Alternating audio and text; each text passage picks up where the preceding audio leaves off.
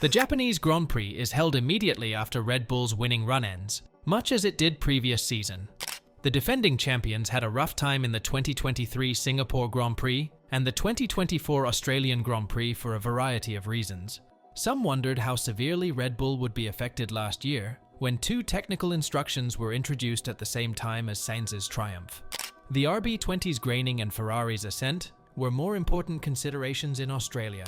Graining management is an area in which Ferrari has proven to be particularly strong, and it's probably not a coincidence that they were strong in Las Vegas and now in Australia, said Christian Horner after the Australian GP. In both rounds, Pirelli had brought the softest tyres in the lineup to the circuit, being the C3C4C5 Trinity. Graining is often more common when softer materials are utilized and on semi-permanent circuits. At these events, there is often less grip, and the surface is greener. Max Verstappen returned to Suzuka after last October's disaster in Singapore and utterly crushed the opposition. With a lead of more than half a second, he qualified for the race 20 seconds ahead of the two McLaren drivers. In comparison to Singapore and even Australia's Albert Park, the Suzuka course is less special and more ordinary in terms of its technical features. That is why we anticipate a better showing from Verstappen and the RB20 over the weekend. On race day, they need to be a couple of tenths of a second quicker than their nearest competitors. We don't expect Red Bull to have the same tire problems they had in Australia this weekend. The RB20 performs well on the Japanese track. The several high-speed turns of Suzuka play to its strengths. With the MCL 38's strengths being mostly in its fast speed, McLaren may be able to take advantage of its immediate competitors, Ferrari, in the first sector. Our car worked really well in Australia. From the first lap, it seemed like a winning car, explained Carlos Sainz, but it will be difficult to maintain this pace on every track until we introduce an update to close the gap we saw in Bahrain and Jeddah compared to Red Bull.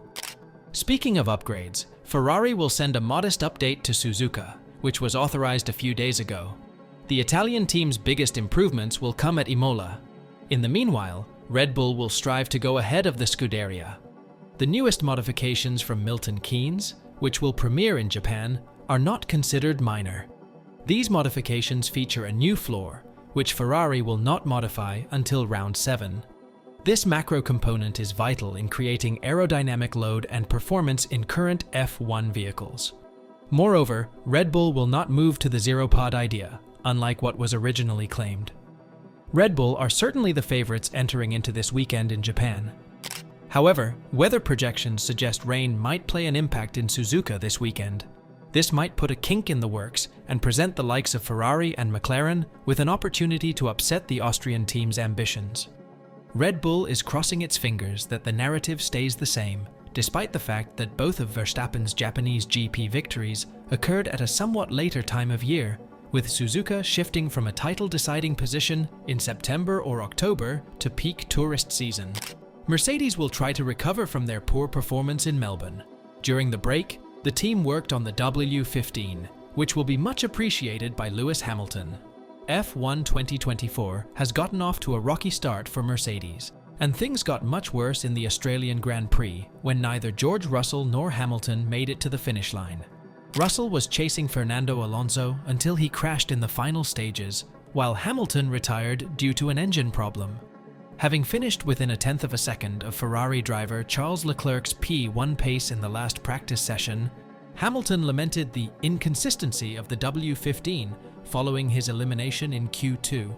As Formula One heads to the Japanese Grand Prix, the fourth leg on the F1 2024 calendar, Hamilton will be ecstatic to learn from Mercedes CEO Toto Wolff that the team has really focused on making the W15 more consistent. Since Melbourne, we have been focused on improving the consistency of the W15.